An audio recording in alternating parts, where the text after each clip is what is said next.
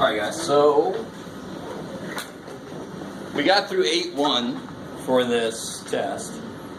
So we're going to get into 8.2. And 8.2 and 8.3 together are the main ways to analyze a set of data very quickly. So 8.2 is all about finding the middle of a set of data. Right? So if I have a bunch of grades or a bunch of heights, I want to know what the middle of that is.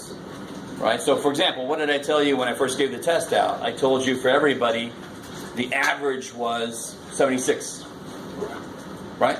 So that's one way to find the middle of a set of data, is to take the average. Somebody help me out.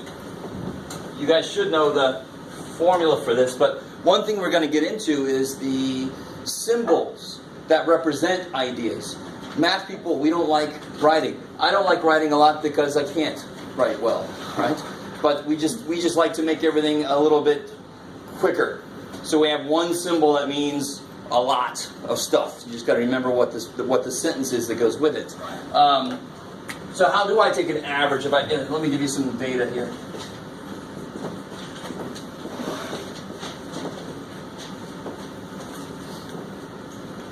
How would you find the average for this? Add them all together and divide it by 4. That's crazy. So in English, I would add up all the values. Then do what? Divide it by how many? Divide by the number of values.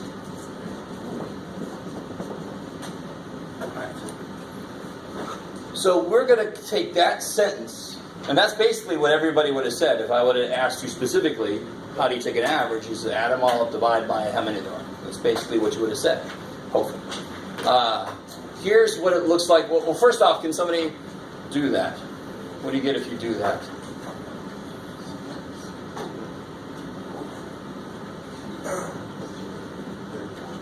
All right, so when you add them up, so add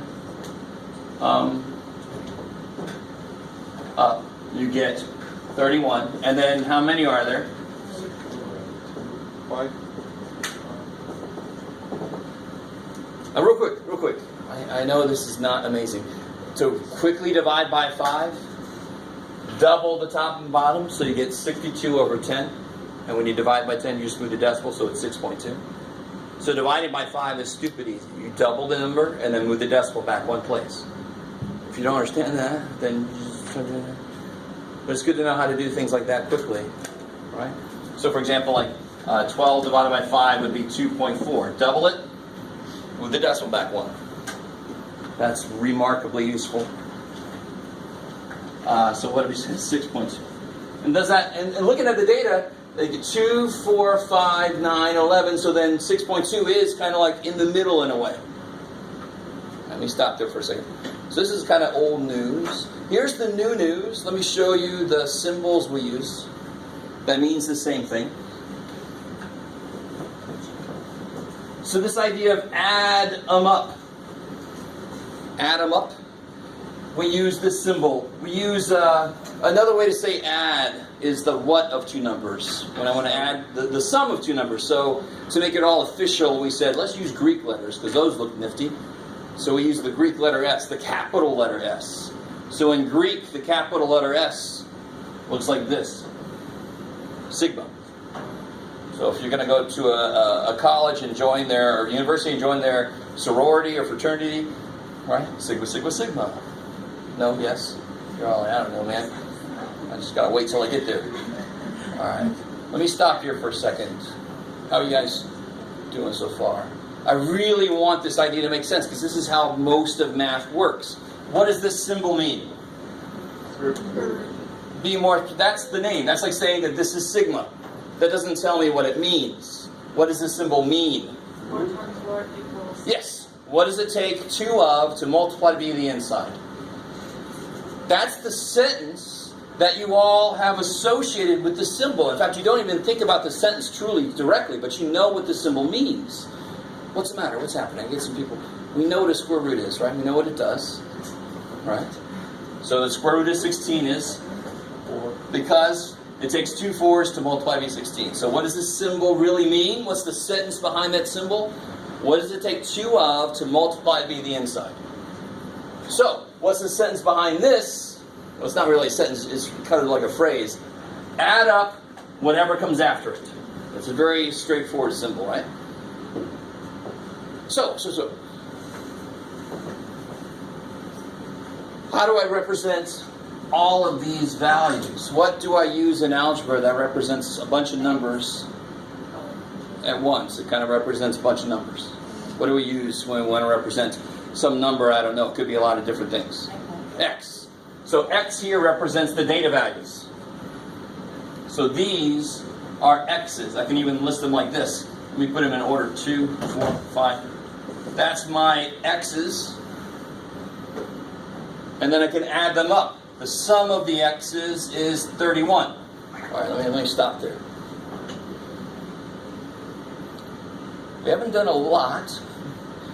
We've got a symbol that you might never have seen before. I don't know. Some of you guys have probably seen the symbol sigma. And now you know what in math it means. It means add up whatever comes next. So you go, what am I going to add up? I'm going to add up, those. I'm going to add those up. So let me ask you this. Let me push you a little bit. Don't say anything out loud. Take a minute and see, what would this mean? Don't say anything out loud. Think about what that might mean.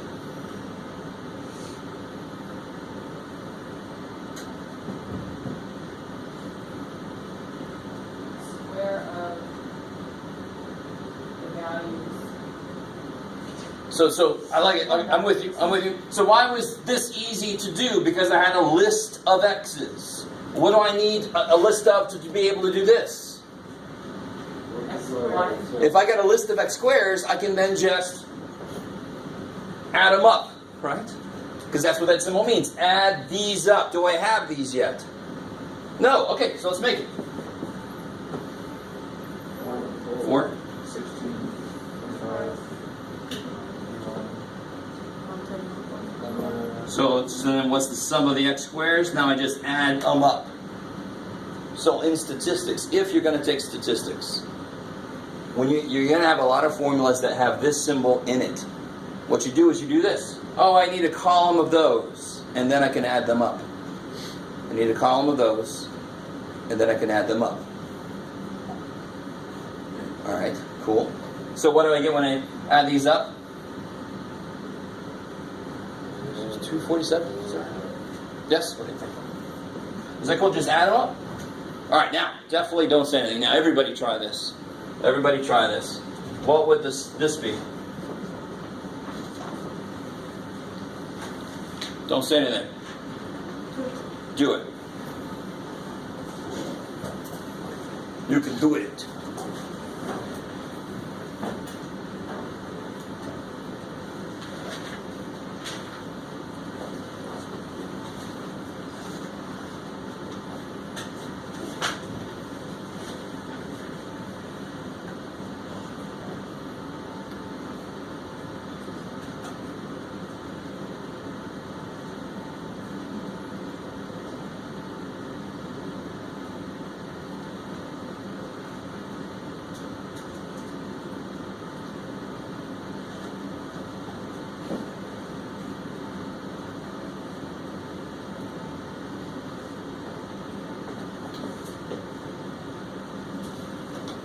So, what's the first thing you have to do?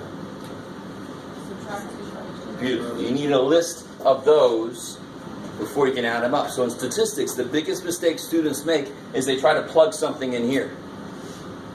With this symbol, it doesn't make any damn sense. The symbol says you need to have a bunch of those before you can do what it wants you to do.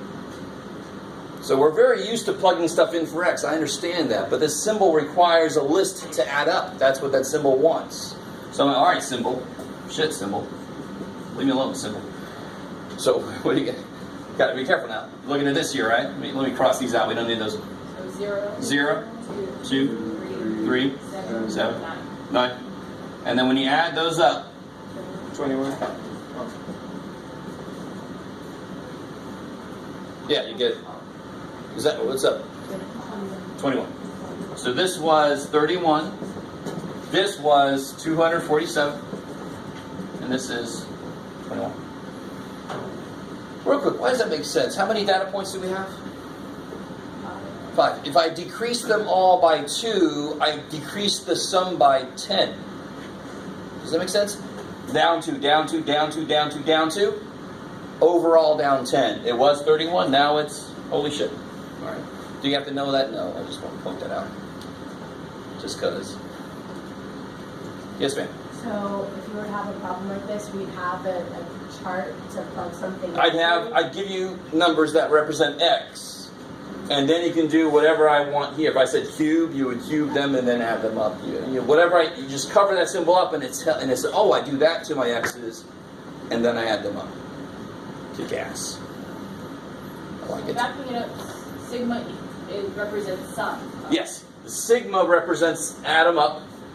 And the sum of those numbers. Yes. And the is whatever's in here. I like it. Now, that was a little side note on sigma notation and how it works. Let's come back to the formula for the average. Yes, sir. On the bottom is number of, right? Number of, yes. Number of data values. I like it. All right. So here's the symbol we use for average. I think hopefully this book does both. I forgot to look here. Just remind you guys, section 8.2 we're in now. Oh good, they do both. Yay! Sort of. Okay, that's close enough. Okay. So the average is add up data values divided by the number of data values. Okay. So the symbol we use for the average, and let me be very, very clear. This is the average of a sample. If it was a population, we'd use a different symbol to denote that. So for average of a sample, we use this symbol. X with a bar on it. So how do you think we say that? X bar, yes. We're very creative. So if I had a bunch of values of Y, its average would be, if I had Y here, its average would be Y bar. That's all. A bar on top means some kind of average, some kind of, and let me tell you the real word here. We don't use the word average too often. We use the word mean. They mean the same thing though? So they mean the same. Well, yeah. Average is actually more general. Mean specifically means what we normally think of as average. Okay, let me stop there for a second. And I love, some of you guys are like, man, this guy is making an average seem really complicated. Right? God damn, Jeff. But all this discussion was just getting you ready for the freaky formulas that we're going to look at one of the freaky formulas in the next section. But just so you know what the symbol does and how it works. How does this formula now, this formula we all know, how does it look like in symbols? We'll add up all the data values. That would be sum of X. And then the letter we use for the number of data values, the number is N, thank God, right? So that is our first official statistics formula.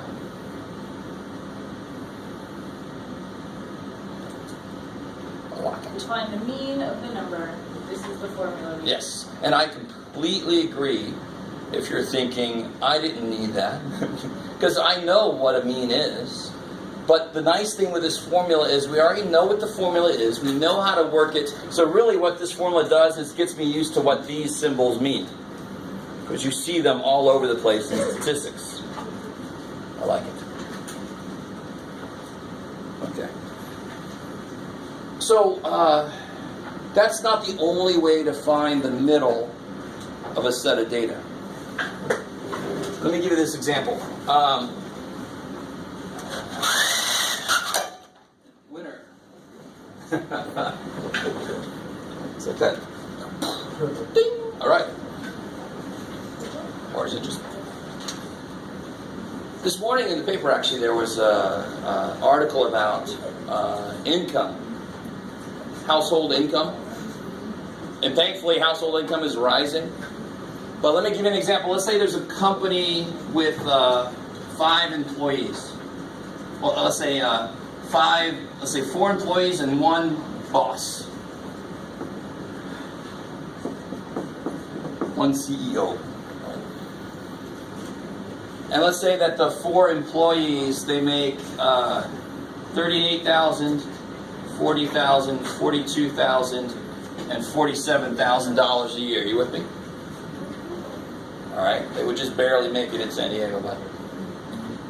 And the CEO makes $450,000 a year. All right. Which is a small example of how most companies are nowadays. All right. Take a minute and calculate the average. Go ahead, just calculate the average, the mean. Calculate the mean of this data. You don't have to use the formula because you know how to do it, but the formula is a quick way to say that. Mathish. So just take a minute and calculate the average.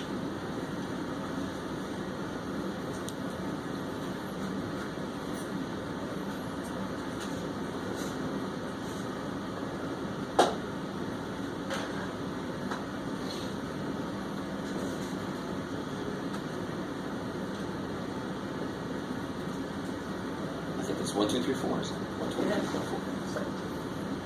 That's neat. I wish I could take credit for thinking about that ahead of time, but I can't. So if you take the average, you get 123.4. So that's $123,400 because this is all in thousands. Is that cool? It's all in thousands. So stay with me now. So I know some of you guys know what this next word is. You've seen it. Some of you have lived it. If you're like in real estate or something.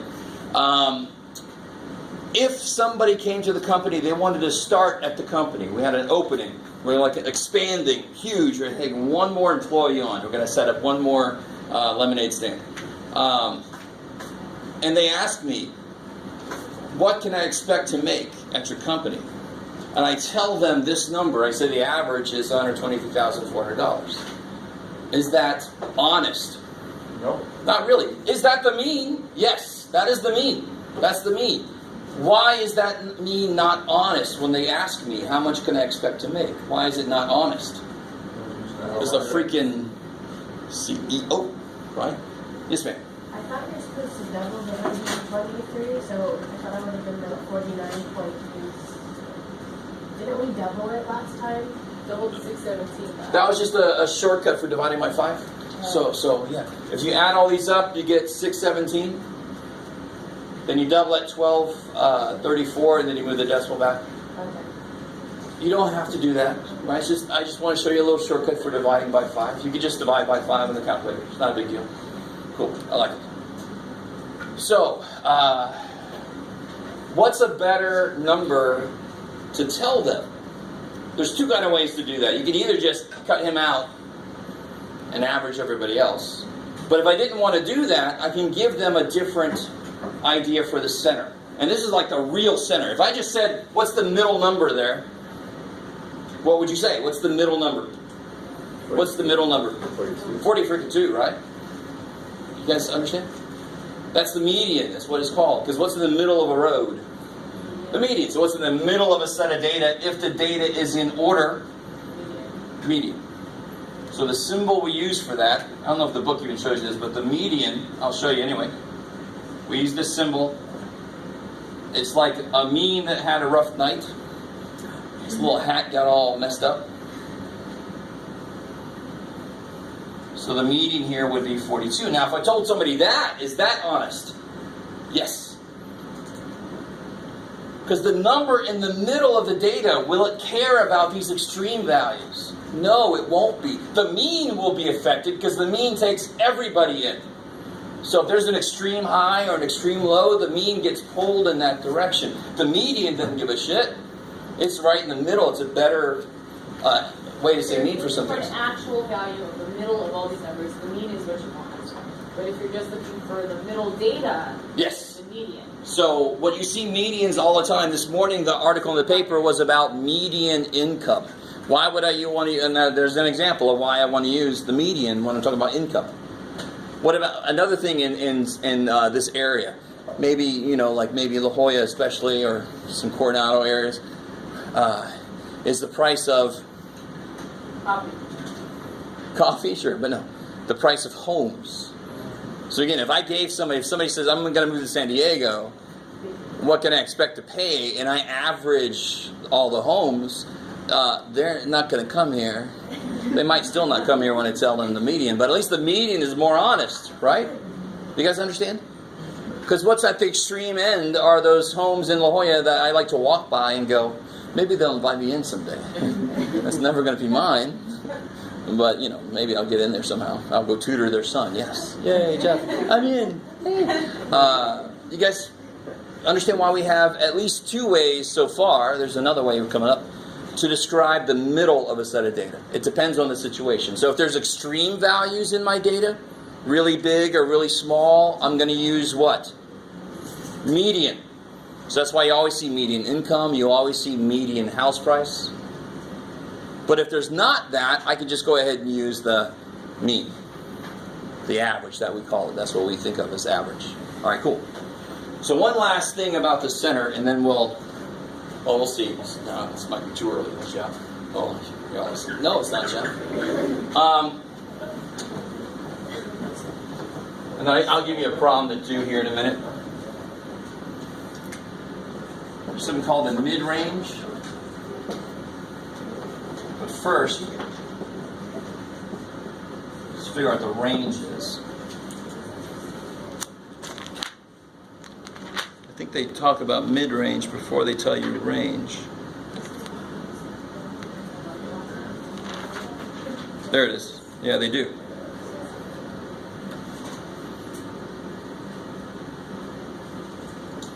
So the range of a set of data, if I ask you what's the range of this data, it's sort of like what it sounds like. How far does that data range? And the answer is going to be a single number.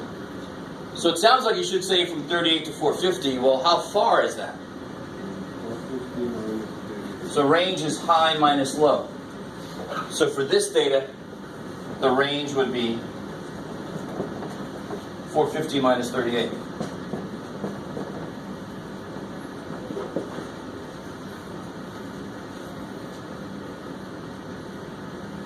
So what do you think mid-range means? Coming back up here. What do you think mid-range means? It's the number that's in the middle of the range, right? So it can't be the same thing as median.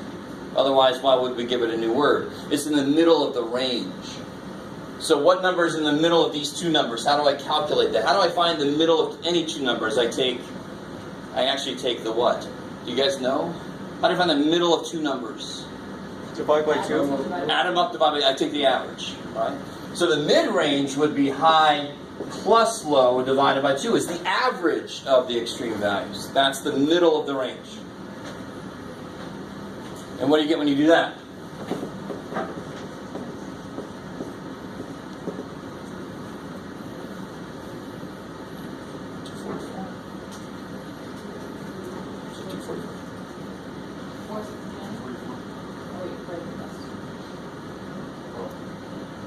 I just have a question. As we get into statistics, do you have to memorize all these formulas?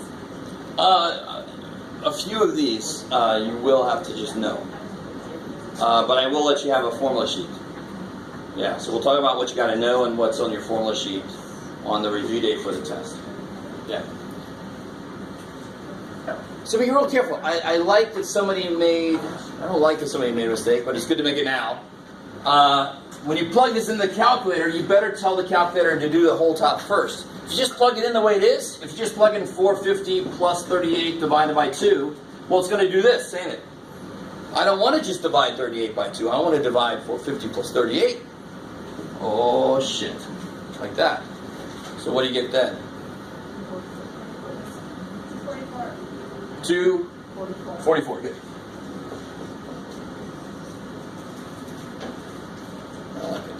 So all of these things we talked about so far are a measure of where the center is.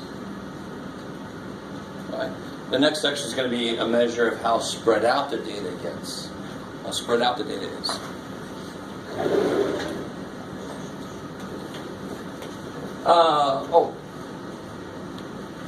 Then there's this idea, one last idea here, and then I got a couple examples to do. There's the modes. So we got mean, median, mid-range, and mode. So somebody, their name must have started with an M, came up with all these. Right. And Mark came up with all these. Oh well. But the mode is the number that occurs the most. You gotta love it. So if I have, for example, it says the number occurring the most. So if I had these numbers 4, 4, 7, 8, obviously the mode is 4. I like it. So what if I have these numbers? 4, 4, 7, 8, 8. 4 and 8, there's a tie. So this is what we would call bimodal. Just to make it sound funky. It's got 2 modes, so we call it bimodal.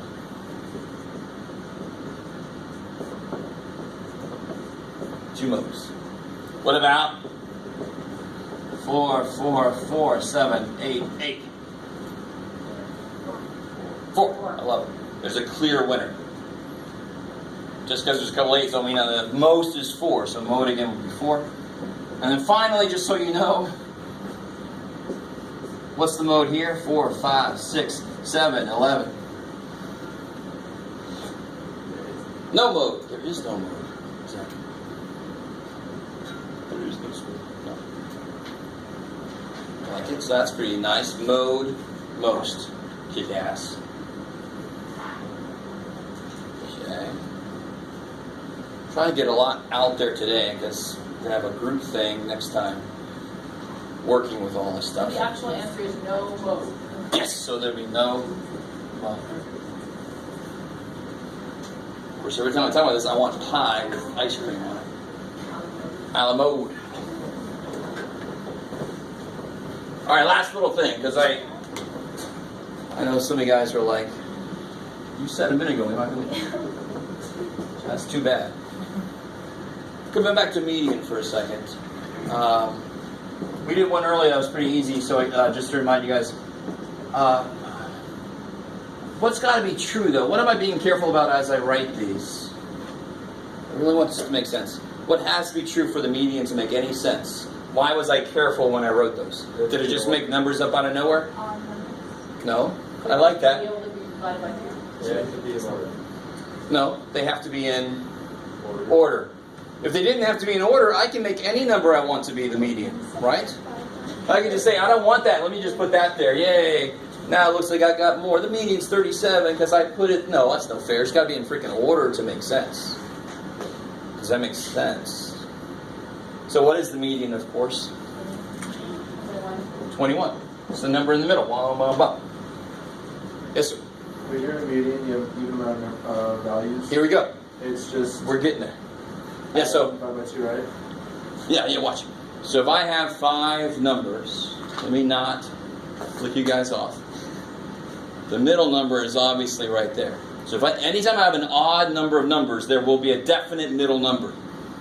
So that's like the middle finger of the data, right? But if I have an even number of numbers, what's the middle number? There is no freaking middle number.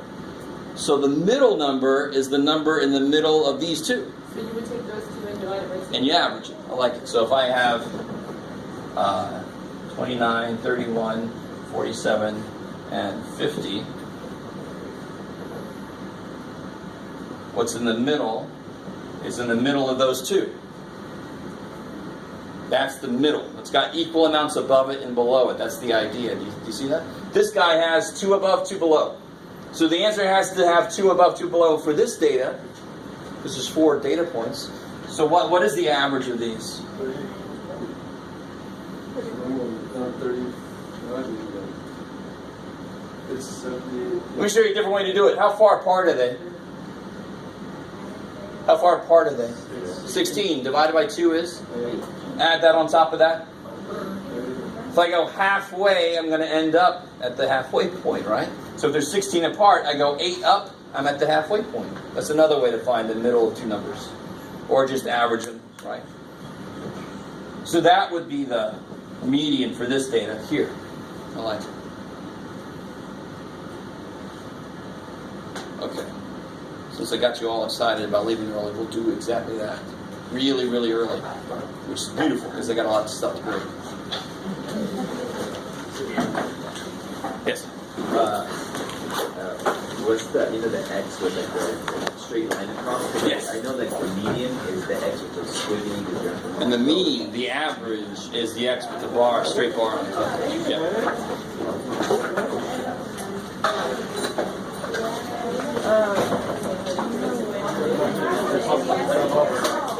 I gotta make the makeup test first, and then I'll email you, because you emailed me, right?